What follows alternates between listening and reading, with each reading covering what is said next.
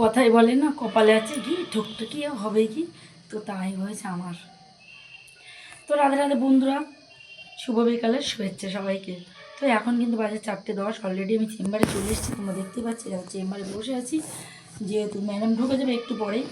তো সত্যি কথা বলতে কি জানো তো, বাড়িতে এত আরামদায়কভাবে জায়গা মানে বিছানা করে শুই, তখন আমার ঘুম পায় না।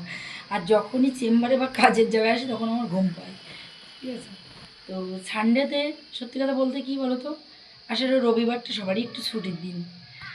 তো আমাদের ছুটি যেটা বলে মনে হয় না, রবিবারে সবারই ছুটির দিন, আর রবিবারেই পড়ে আমার কাজ, রবিবারে যাচ্ছে আমার কাজের দিন। তো যেটা বলছিলাম, দেখো, যখন কাকার মেয়ের দেখাশোনা হচ্ছিলো তখন আমি যেতে পারিনি। অবশ্য কাকার মেয়ে আর জামাই মানে বোন আর বোনে একদিন এসেছিল আমার বাড়িতে ঘুরতে। তো আশীর্বাদ দিনেও বলেছিল, আমরা যেতে পারিনি, কারণ আমার বোন মনে হয় আমরা সবাই ভেলোরে ছিলাম, কারণ একটা বিশেষ কাজে বা অপারেশন হয়েছিল, ভেলোরে ছিলাম। তোমরা দেখেছো ছোটো ছোটো ভিডিওতে, একটু একটু করে যতটুকু পেরেছি শর্ট দিয়েছি। তো তখন যেতে পারিনি আশীর্বাদে।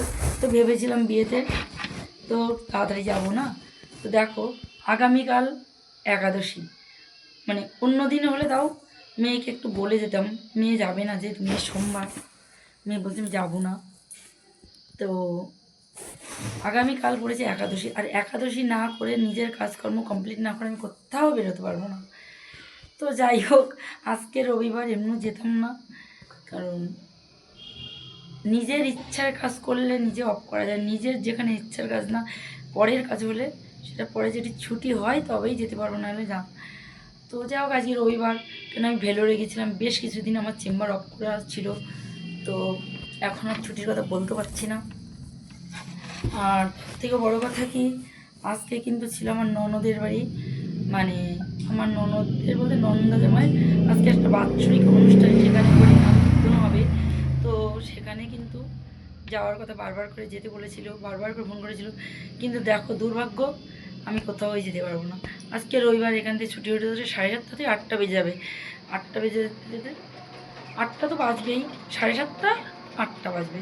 তো এখান থেকে বেরিয়ে টুকিটাকি কিছু কেনার আছে, আর একটা দুটো জিনিস কিনবো, তার জন্য দেরি হবে একটু বাড়িতে ঢুকতে, মাকে বলে এসছি। আর আজকের দিনে আমার গোপুসোনাদের ওদের দিদুন জাগিয়ে দেবে, আর দিদুন টিফিন দিয়ে দেবে, আমি গিয়ে শুধু রাত্রি জাস্ট ভোগ লাগাবো, এটাই হচ্ছে পর্ব। তো মানুষে বলে না, সব কিছু ভাগ্যে না থাকলে হয় না, ঠিক আছে, ভাগ্য বড় জিনিস।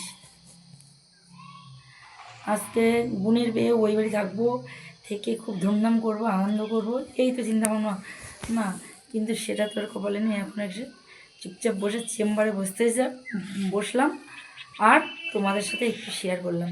তো আস্তে আস্তে বোনের নাইটিটা ছিল, তো বোনের নাইটিটা সেলাই করতে দিয়েছিল, ও বলছিল কোথায় সেলাই করবো, তাই নাইটিটা নিয়ে এলাম।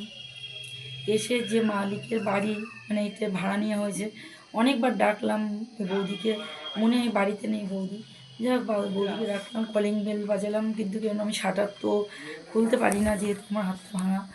তো অনেক কষ্ট করে আজকে খুলেছি, তো আজকে ম্যাডামকে বলবো যে আমি পারবো না শাটার খুলতে। তো যাই হোক, আমার পিঠে প্রচুর ব্যথা যন্ত্রণা হয়। আর তার ভিতরে আর একটা সমস্যা কী জানো তো, যেহেতু এখন কিন্তু আমি মালও আনতে মার্কেটে যাচ্ছি না, কারণ এত পরিমাণে ভোর 4টের সময় 3:30 সময় উঠে বেরোতে হয়, মানে মার্কেট করতে যেতে। তো সত্যি বলছি, আমি মার্কেটে যেতে পারছি না, তোমাদের দাদাভাই যাচ্ছে, কারণ আমার গলাটা একটু ঠান্ডা লাগালে গলাটা বসে যায়। তো আগামীকাল যেহেতু বোনের বিয়ে, তো একটু তো মানে সাজুগুজু হালকা পাতলা, আমার তো খুব উগ্র কিছু না, তোমরা দেখতেই পাবে একটু সাজুগুজু করে, তখন কি আর মাফলার গলায় দিলে ভালো লাগে, তো তার জন্য একটু হয়তো মাফলার ছাড়া থাকবো। তো পরশুদিন মোটামুটি একদম ধরে নিয়েছি, কথা বার হবে না, পরশুদিন কোনো রিলস ফিলস কিচ্ছু বানাতে পারবো না। তো যাই হোক, এই আছে মনে। আর মাকে পাঠাবো, মার প্রচণ্ড পরিমাণে ঠান্ডা লেগেছে, জ্বর হচ্ছে কালকের থেকে, গতকালকের থেকে। কারণ কি, মা, না রে বাবা, কুকুরগুলো আর ডাকার সময় পেল না, হায় ভগবান। তো মা জ্বর, আমার কথার সাথে সাথে কুত্তা ডাকছে, আসলে সাইডেই তো নদীর পাড়ে কুত্তা, সব কুকুরগুলো ঘেউ ঘেউ করে ডাকছে। তো মা কে বলছিল আজকে যাওয়ার কথা বারবার করে, তো মা আজকে যাবে না, যেহেতু কালকে আমার পুজো পাঠের পর্ব কমপ্লিট করতে অনেক দেরি হবে, তারপরে অন্য অন্য কাজ আছে, গোছানো গাছানো রেডি করে তারপর বার হবো। তারপরে তো মাও আজকে যায়নি, কেউই যায়নি আজকে, আমরা চেম্বারে চলে এসেছি। না ননদের বাড়ি যেতে পারবো, কারণ ননদ বলেছিল আজকে যে চেম্বার করেও যদি চেম্বার ছুটি নিতে বলেছিল ননদ। তো দেখো নিজের একটা ব্যক্তিগত ব্যাপার আছে, যেহেতু আমি অনেকদিন ভেলোরে ছিলাম, তো অনেকদিন চেম্বার আসেনি, তো যেহেতু ভেলোর থেকে এসে সবে 2টো চেম্বার করেছি, তো এখন চেম্বারে বলা যায় না যে আমি আজকে ছুটি নেব। তা ননদকে বলেছিলাম যে দিদি আমি হয়তো যেতে পারবো না, রবিবার না হলে তাও একটা রিস্ক নিতাম, আর বিশেষ করে রাত্রে যেহেতু হরি নাম কীর্তন হবে, রাত্রে নাম কীর্তন, তো আজকে রাত্রে গিয়ে যদি রাত মোটামুটি এখান থেকে বের হবো আমি 8টার সময়, তখন তার যাওয়া সম্ভব নয়, আর গিয়ে বাড়ি আসা ঠান্ডার ভিতরে কালকে আমি উঠতেই পারবো না। আমাদের কালকে একটা বিয়ে আছে, তাই আমি ননদকে বলেছিলাম যে তোমার ভাই যদি যায় তা অবশ্যই একটু বলবো যেতে।